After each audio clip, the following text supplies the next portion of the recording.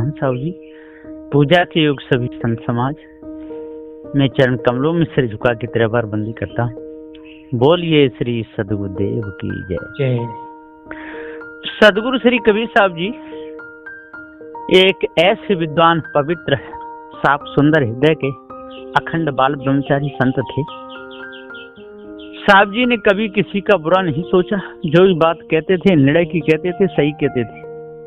आज भी पूरे संत समाज में जब विवाद होता है तब सदगुरु श्री कबीर साहब की वाणी को ही आगे लिया जाता है, और जब तक सदगुरु श्री कबीर साहब जी की वाणी का प्रयोग नहीं किया जाएगा, शब्दों का प्रयोग नहीं किया जाएगा, तब तक उनका झगड़ा शांत होगा ही नहीं। झगड़े शांत करने के जो विचार हैं वो सदगुरु श्री कबीर साहब जी के हैं।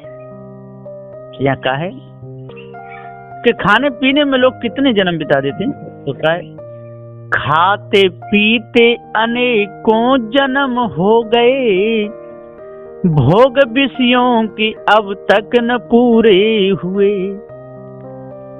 पुत्र पुत्री व पत्नी पति भी मिले, मोह माया फांसी में बांधे गए। मातु पितु बहन भाई मिले हैं सभी, लोभ लालच दिया, लोभ लालच दिखा के रिझाए गए।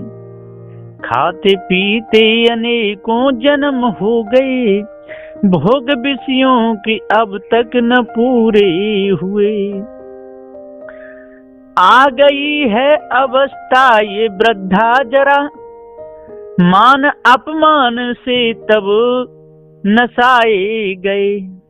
भोग इस लोक के और परलोक के, बीत जाने पे फिर भी गिराए गए।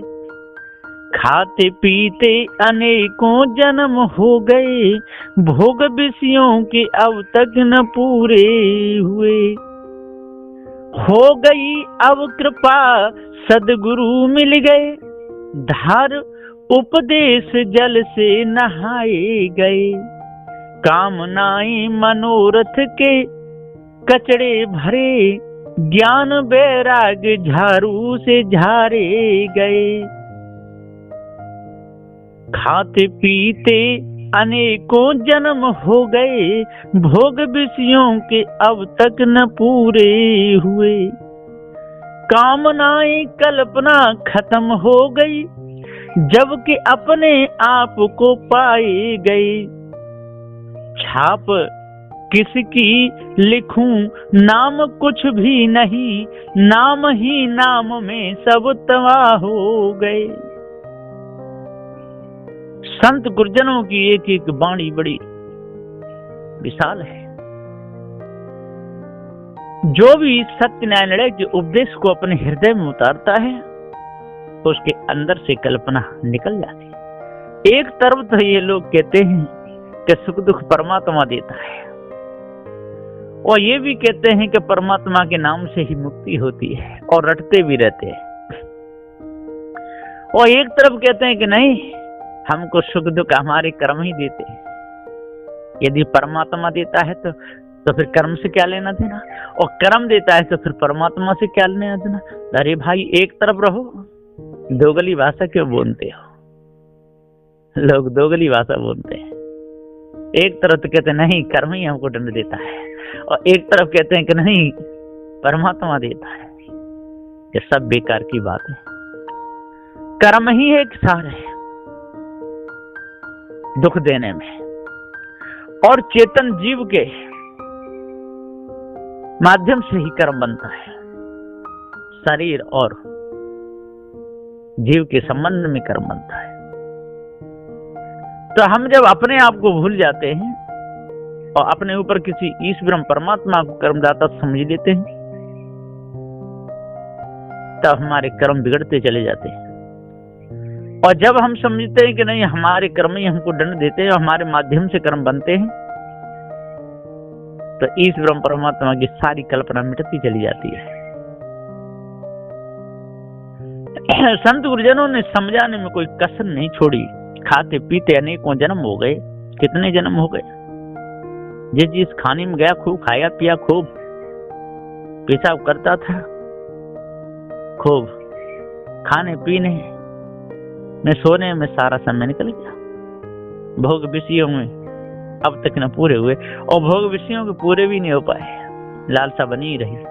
पुत्र पुत्री व पत्नी पति भी मिले, मोह माया की फांसी में बांधे गए। पुत्र भी मिला, पुत्री भी मिली, पत्नी पति खूब हिले मिल के रहे।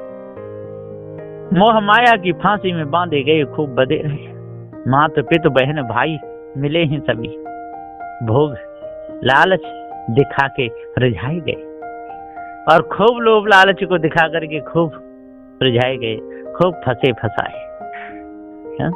आ गई है अवस्था ये वृद्धा जरा, मान अपमान से तब नसाए गए। और खूब फिर वृद्धा अवस्था आई, जहां तहां बैठे, जहां तहां थूके, जहां तहां पेशाब किए, टट्टी किए, तो खूब अपमान भी सहन करना पड़ा। भोग इस लोक के और परलोक के बीत जाने पे फिर भी गिराए गए और खूब कल्पना की है, भोग इस लोक का है कि परलोक का है, कहाँ जाके हमको शांति मिलेगी, किसके भजन से शांति मिलेगी। इसी में पूरा समय बीत गया, बीत जाने पर फिर भी गिराए गए। और जब यहाँ का भोग वहां पूरा हुआ, ऐसा ये लोग कहते हैं, तो फिर वहां से परमात्मा गिरा देता है कि फिर जाओ कर्म बनाने के लिए। क्या मतलब निकला? हो गई अब कृपा, सदगुरु मिल गए, अब पार की सदगुरु मिल गए।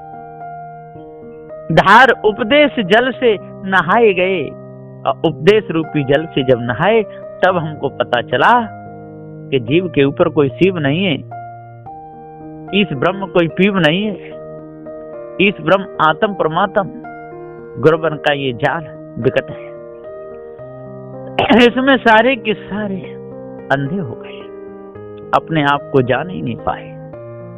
यदि जीव को आत्मा कहेगा तो फिर परमात्मा भी कहना पड़ेगा, और परमात्मा भी कहना पड़ेगा तो फिर पीव भी कहना पड़ेगा, और पीव कहेगा तो फिर शिव भी कहना पड़ेगा, और शिव कहेगा तो फिर ईश्वर भी कहना पड़ेगा, और ईश्वर कहेगा तो फिर आत्मा भी कहना पड़ेगा, और आत्मा कहना पड़ेगा तो फिर ब्रह्म भी कहना पड़ेगा। इसलिए जीव जैसा है तैसा रहने दो, इसमें कोई भी दखलंदाजी मत करो, और नहीं तो सिद्धांत में कमी आती ही चली जाएगी। इसलिए जल्दी से जल्दी हम अपना सुधार करें, भ्रम को अपने अंदर से निकाल दें। हैं? और भी कहा है संत गुरुजनों ने, क्यों ना सत्संगत में जाए, परखिले मनुआ दोनों जाल। पांच ज्ञान इंद्रन के द्वारे, पांचों विषय दिखात। देखन हारा बिलग रहा है, मग मन सा सब काल। क्यों ना सत्संगत में जाए, परखिले मनुआ दोनों जाल। हाँ देखन हारा बिलग रहा है, मग मन सा सब काल। खानी रूप प्रत्यक्ष दिखावत, वाणी जो अनुमान। परोक्ष प्रत्यक्ष ओ कौन परीक्षक, सो अपरोक्ष संभाल। क्यों ना सत्संगत में जाए, परखिले मनुआ दोनों जाल। सर्व प्रतीतक सर्व जनैया, सर्व मनैया आप। सर्व प्रतीतक सर्व जनैया, सर्व मनैया आप। आप अपन को भूल के चेतन, जड़ लहे धोखा साल। क्यों ना सत्संगत में जाए, परखिले मनुआ दोनों जाल। जो जो सन्मुख होवे तेरे, सबे परख के डाल। जो जो सन्मुख होवे तेरे, सबे परख के डाल। न्यायक पारख तख्त विराजे, गुरु की कृपा निहाल। क्यों ना सत्संगत में जाए, परखिले मनुआ दोनों जाल। सदू देशी कहते हैं कि हे भाइयों, सत्संगत में लग करके दोनों जालों को परख लो। एक खानी जाल है, एक बानी जाल है। और ये दो ही जाल हैं विकट जो हमको फंदा में डालते हैं, आवागमन में डालने का ये दो ही जाल हैं। जो इन दोनों जालों में पर्दा डालता जाता है वो कितना बड़ा ज्ञानी विद्वान हो जाए और कितना भी कुछ भी कर ले, लेकिन जो इन दोनों जालों में पर्दा डालता जाएगा तो समझ लो उसका उद्धार कल्याण कभी होने वाला नहीं है। खानी वानी दो ही जाल हैं विकट, और इस विकट जंगल को जो काट देगा तो समझ लो कि उसका उद्धार कल्याण जरूर होगा। और जो इस विकट जंगल में फंस गया और जंगल को देख करके और रिझ गया और उसी में तो उसी जंगल में फंस फंस के मर जाएगा, इस खानी बानी दोनों जालों में फंस के मर जाएगा। क्यों ना सत्संग में जाए परख ले मनुआ दोनों जाल। एक तो जाल है जी ईश्वर का, एक ब्रह्म का। इधर तो ईश्वर द्वैत में कहते हैं, अद्वैत में ब्रह्म बताया है। इन जालों को परख लो और जीव को जो जाल में फंसा रहे हैं जे धीमर लोग, मायावी गुरुवा लोग, जीव को ही शिव कह देते हैं, जीव को ही पीव कह देते हैं, जीव को ही ब्रह्म कह देते हैं, जीव को ही आत्मा कह देते हैं। इसलिए सारे कलेवर को दूर कर दो खुच खुच करके। काई जब तक पूरी नहीं छूटेगी तब तक लोह हिरण्य होगा ही नहीं। लोह हिरण्य हो दो कैसे? जो नहीं पारस पर से, जो अच्छे प्रकार से पत्थर से घिस करके उसकी जंग निकाल दी जाए तो लोहा चमक जाता है। और जब तक उसको घिसा नहीं जाएगा, उसको मांजा नहीं जाएगा तो जंग लोहा को खा जाएगी। इसी प्रकार से जहाँ लोहा तहाँ जंग है। इसी प्रकार से जीव को ये लोग आत्मा रूपी जंग से ढांक देते हैं। और सदु श्री कबीर साहब का पारक ज्ञान जब चलता है तो जीव को निहाल करके और जंग को हटाते हैं। जंग कहिए जी ईश ब्रह्म आत्म परमात्म, जितना भी कलेवर जे ऊपर डाला गया है ये सब जंग है। इसलिए सदगुरुदेव जी कहते हैं कि इस जंग को निकाल दो, दूर करो, है ना। हमारो मन बनिया ये बाण कबू नहीं छोड़े, है। जन्म जन्म को है अपराधी विषयन में संग डोल है, विषयन के संग डोल है। इसी में पूरा कत्ता रहता है। 5 तत्व को पहर चोलना ऊलो फूलो डोल है। और घर में जाके कुमत बने नी निस्दन नैन मरोरे, लड़का जाके सकला हरामी अमृत में विष घोरे। हमारो मन बनिया ये बाण कभी नहीं छोड़े। अनादि काल से दुख भोग रहा है और अनादि काल से भरम में फंसा रहा है और फिर भी अपने टेक को छोड़ता नहीं है। पूरे बाट बगल सरकावे घटियन को ढूंढ डोले और तखरी में पासंगा राखे पूरा कभू न तोले। जल में बनिया थल में बनिया, बनिया घटघट बोले। और कहीं कबीर सुनो संतो कपट गांठ नहीं खोले। अरे हमारो मन बनिया ये बाण कबू नहीं छोड़े। तो सदुदेव जी पुकार के समझाते हुए कहते कि भैया जब तक ये आदत, जब तक ये बाण जो मायावी गुरबा लोगों ने लिख के जो ग्रंथ रखे, ये 4 भी 6 7 18 पुराण, इनमें भ्रमी भ्रम भर दिया, जब तक उनके पीछे पड़े रहोगे तब तक कर्म बिगड़ते चले जाएंगे, है ना। आपको पता ही नहीं चल रहा है कि ये दुख हमारे कर्म दे रहे हैं कि दुख कोई ईश ब्रह्म परमात्मा दे रहा है। यदि ईश ब्रह्म परमात्मा दे रहा है तो कर्मों का लेना देना नहीं, और कर्म दे रहे हैं तो ईश ब्रह्म परमात्मा का लेना देना नहीं। यदि प्रेरणा परमात्मा देता है तो कर्मों का भागी वो बनेगा। यदि कर्म आपके स्वयं के हो रहे हैं तो कर्म के भागी आप बनोगे। तो संसार में देख लो कर्म का दुख सब भोग रहे हैं। तो इसलिए आपके ऊपर कोई भी इस ब्रह्मात्म परमात्मा नहीं। ये चेतन जीव सत्य अजर अमर अखंड स्वयं स्वरूप है, अपने आप को जान करके। और जब तक आप भ्रम को दूर नहीं करोगे और तब तक इस कलेवर में ढके रहोगे। साहु जी पुकार के समझाते हुए कहते हैं कि मंडन करने से कुविद्या बढ़ती है और खंडन करने से सुविद्या बढ़ती है।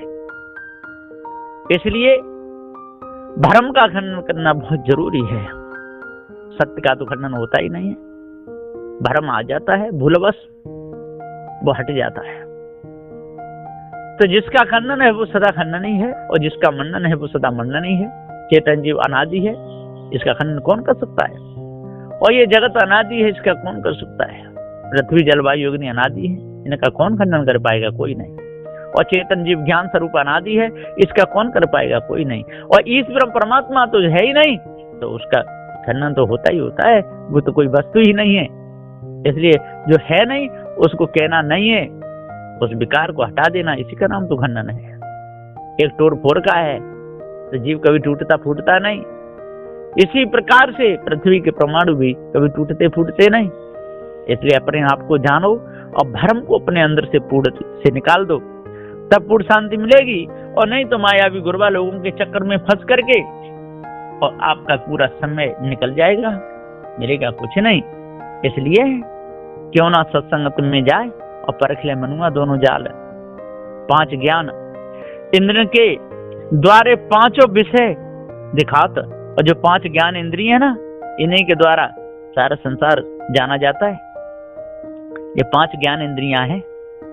नेत्रों से हम रूप को देखते हैं, नासिका से हम गंध सुगंध को सूंघते हैं, कानों से शब्दों को सुनते हैं, ये सब, और त्वचा के द्वारा स्पर्श होता है, जिह्वा के द्वारा रस को चखते हैं, और हाथ पैर मुख लिंग गुदा, ये कर्म इंद्रियां हैं। तो 5 ज्ञान इंद्रियों के द्वारे 5 विषय दिखाते, 5 विषय दिखाते हैं। और देखने वाला ही चेतन जीव सत्य अजर अमर अखंड अविनाशी है, देखन हारा बिलक रहा है ना। मन मनसा सब काल, और ये मन मनसा सब काल है। इसलिए समझ करके, सोच करके, विचार करके तब मग में पैर आगे बढ़ाना चाहिए। और पार की संत को तो खूब सोच करके, समझ करके, विचार करके, निरख करके, परख करके, जरा भी क्षति सिद्धांत पर ना आवे ऐसे शब्द बोलने चाहिए। खानी रूप प्रत्यक्ष दिखावत बानी जो अनुमान, और खानी रूप प्रत्यक्ष दिख रहा है और बानी भी दिख रही है, और फिर भी टोर मरोड़ के सिद्धांत में मिलाना, ये कोई पार की संतों का काम नहीं है। परोक्ष प्रत्यक्ष को कौन परीक्षक, सो अप्रोच समाज। अरे अप्रोच जो अपना निस्वरूप चेतन जीव है, इसको जानो और भ्रम को त्याग दो। परोक्ष ज्ञान को, प्रिय ज्ञान को छोड़ दो, श्रेय ज्ञान को अपनाओ। सर्व प्रतीत सर्व जनैया, सर्व मनैया आप, और सर्व की प्रतीत करने वाला और सर्व जनैया। सर्व मनैया कौन है? तू ही तो है। आप अपन को भूल के चेतन, जड़ लहे धोखा साल, और जड़ में तू धोखा खा रहा है, जड़ को अपना स्वरूप मान रहा है, शरीर को अपना स्वरूप मान लेता है। और मायावी गुरबा लोगों ने जिन शब्दों को टोर फोर के और जो निर्णय किया है, उनको लेकर के जीव से मिलाता है। जो जो सन्मुख होवे तेरे सवे परख के डार। अरे तेरे सामने जो जो विषय आता जाए तो उसको परख परख के हटाता जा।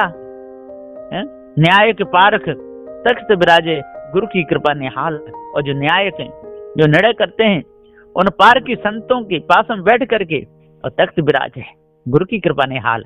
और तब तू गुरु की कृपा से निहाल होगा, तब तेरे अंदर से बंध सारे कटेंगे, जालों से छूटेगा। ऐसा निर्णय है बंदिश हो सदगुरु श्री कबीर साहब का। बोलिए श्री सदगुरुदेव की।